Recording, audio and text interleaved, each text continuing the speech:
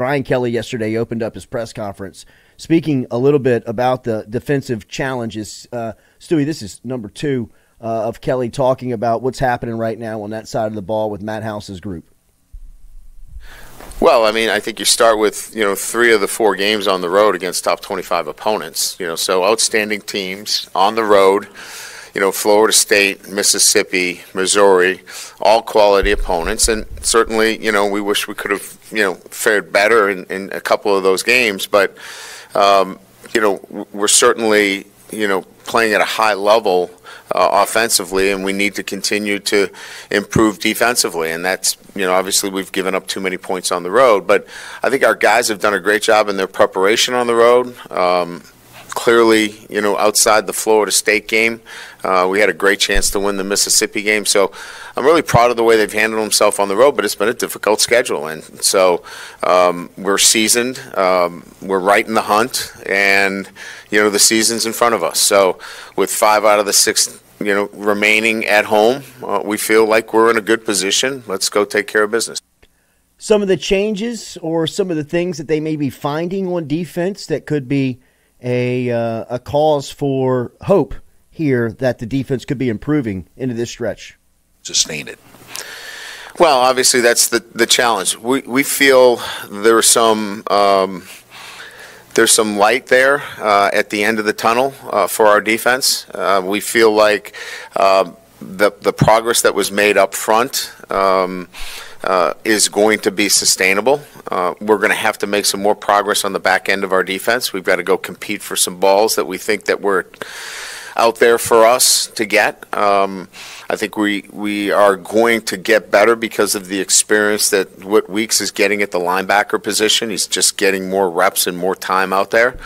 And I think we found a position that we're comfortable with now with Harold Perkins in terms of, it doesn't have to change from week to week with a new teaching progression. So I think there's a lot of pieces there that are coming together, and then I think there needs to be continued improvement at the back end of our defense. And I think if we do that, we feel like we're moving finally in the right direction.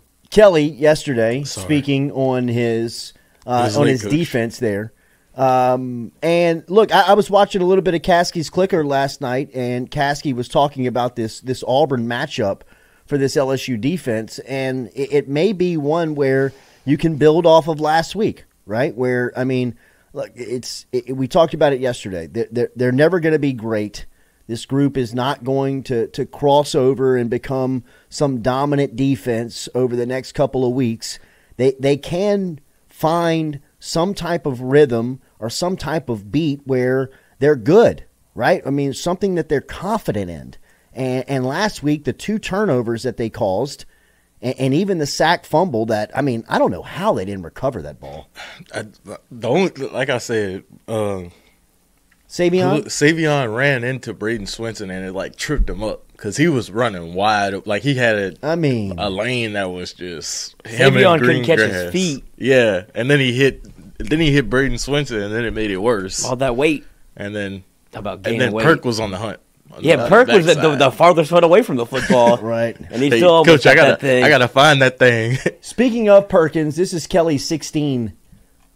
Speaking of him, but this is, that's what I'm talking about. If they can find something that they do well, or that they can ride some confidence into this game, and you get 2 more takeaways this week versus Auburn. Now you're talking about over a 2-game stretch, you got 4 takeaways. Now you're starting to feel good about something. Yourself. You got some confidence. You got something that you can go into the meeting rooms on Monday and say, hey, look, you're starting to find an identity to yourself. Like that pick, huh? Right? Mm-hmm. You know what I mean? Like, force a fumble, another pick. I mean, a sack fumble would be a beautiful thing for LSU, right? It was. A sack fumble, scoop score. Though. Yeah. I mean, something in it just like that makes the defense really feel yes. themselves. I mean, you're talking about celebrations in the end zone. I need Perk to pick that thing up. I mean, let me see him in the open field. Here is Kelly talking about Perkins and where he ultimately fits in. You heard him talking about that he's finally found a spot. You don't have to coach him week in, week out. So where's it going to be? Did you see the Harold Perkins media availability after the game? They did. Great. Great piece of media. Probably see him again. JD. Not over the last couple. We were in 3 down, so in our 3 down structure, we were moving them around because we didn't want them inside. So we had some different fronts that we were playing. Now that we're in 4 down, we can really designate his position as the Sam/nickel and play a little bit of a hybrid with him. His interception, he was really playing, a nickel position. We feel like he's athletic enough that he can be on the field, even if we want to play some nickel. When we get into dime, that's when we bring in Ryan Yates and play a little bit more of a dime package. So he just gives us a lot more flexibility. We can do a lot more things with him. I just wish we got to it sooner, but we got to the right front. Now that we're in 4 down, it gives him a lot more stability in terms of what we want to teach and how we want the defense to move forward. So finding a place for Harold Perkins obviously is going to take a lot of confusion out of this defense, I believe, right? I mean, now he's out there. You're keeping him out there. I thought his soundbite on Kylan Jackson was a little telling. Yeah, I think you want Kylan Jackson to play. I mean, they're urging him to play. This is 14. You can play it. I mean, somebody who was around Kylan Jackson last year and seeing the way that David Brewerton had to coach Kylan Jackson, God. I mean, BK's ready for that. I cannot say that I wasn't laughing when I heard him answer this question. I know that, people close to Kylan Jackson would tell him, man, come on, get it. But you gotta understand with this type of personality, this is the type of player that you're gonna get. And here he is talking about the freshman safety out of Zachary. Seen him much so far this year. He's tying his shoes. He's got that down. Oh God. We've got him taking off his gold chain in pregame. That was good. He thought that would be a good idea to wear that out in pregame, and we didn't think that would be a great idea.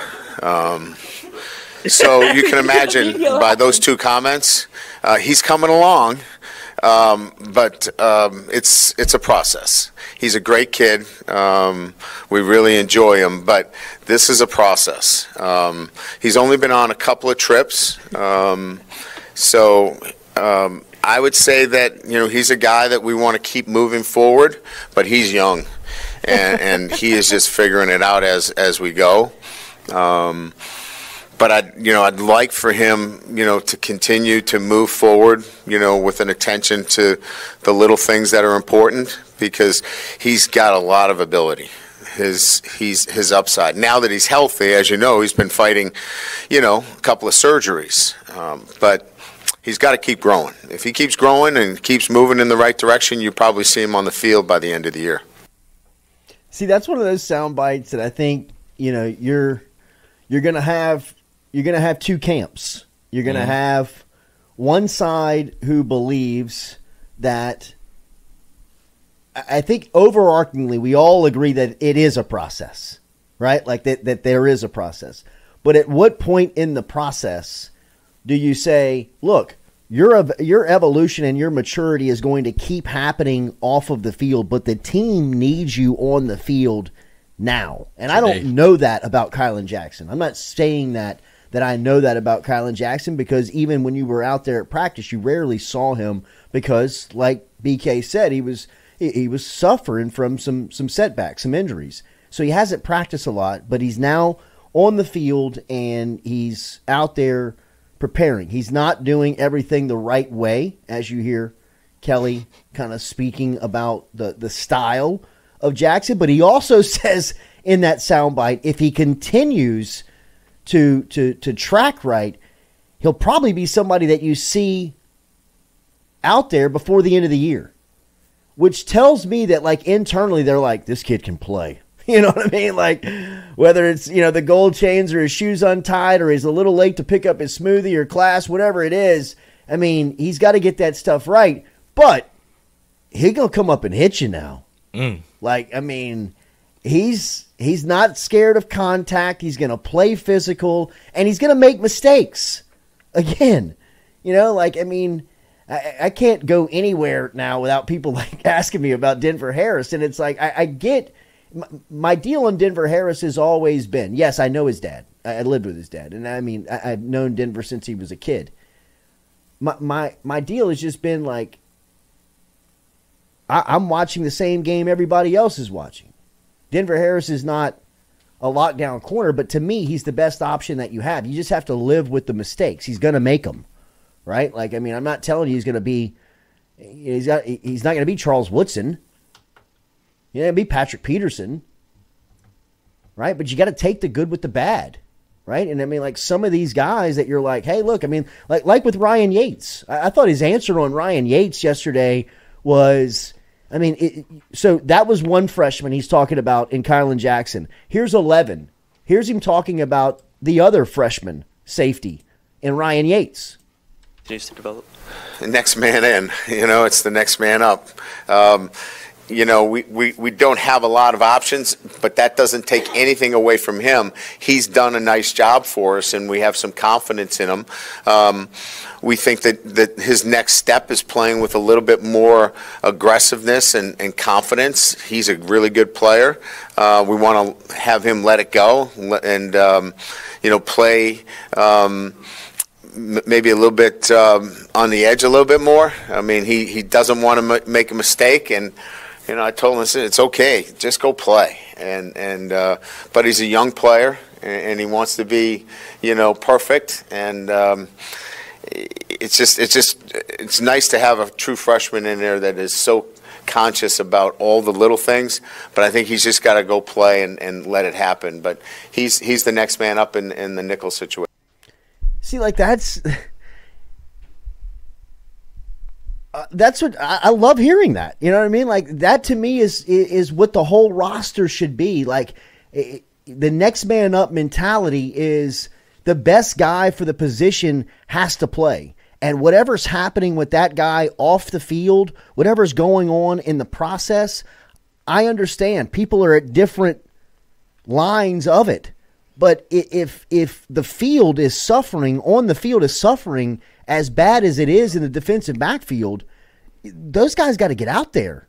Like those guys, and I agree with what he's saying, stop thinking so much out there and just let it go. Go play. Go release it. Go hit somebody. I mean, that is, to me, what the defensive backfield looks more than anything is they look like they're just kind of locked up. They look like they're either thinking or they're a step slow on just being able to execute. But I mean, that's two statements from Kelly on true freshmen. Kylan Jackson, need you to grow up. Ryan Yates, need you to stop thinking. I mean, it's kind of both ends of the spectrum, right? So, I mean, I just, as LSU keeps to progress, some of these faces, some of these names that, you're curious about, I think you'll start to see them. This is 15. Here he is, Kelly, talking about the injury report coming up for Saturday and what the ability of everyone is who's on that report. Yeah, so I would say that doubtful is Chris. That high ankle is probably got him doubtful right now. And I think probable is Omar. Probable is Charles Turner. Probable is Aaron Anderson. Those would be, I believe, the guys that were on the injury list that didn't dress last week. Is that correct? Is that it, Mike? I think that was everything. How about the quarterback? I mean, like, there is one guy that's glaringly missing off of that report, and that would be number 5. I mean, he did not look healthy leaving Missouri. He did not look healthy for the last crawling to the sideline. 14 minutes of that game. He looked healthy. I mean, it was. He'd get carried off like he was in a band of brothers. It was definitely something that he was fighting through on Saturday. So it will be curious to see what his week is like. Put the red M on his forehead. For Jaden Daniels. I mean, just kind of like how they handled the week with him because he was definitely banged up, and there was an update on him yesterday. Here is Brian Kelly speaking about his quarterback. This is 3 Stewie talking about just the latest on Jaden Daniels. Yeah, he didn't have any shoulder issues. Yeah, the question. Yeah, was that's about okay. I think our biggest concern was just overall soreness. He got hit a number of times. It was a physical game, but he checked out well yesterday. He was in the film room this morning. Got his normal film study in around 5:30 this morning, and was with the trainers this morning, and he'll be full go for practice on Tuesday. Oh yeah, cortisone's a hell of a thing. Get him right, man. Whatever it takes. Absolutely. Thanks for tuning in to our premium LSU content right here on YouTube. If you want more of it, subscribe below.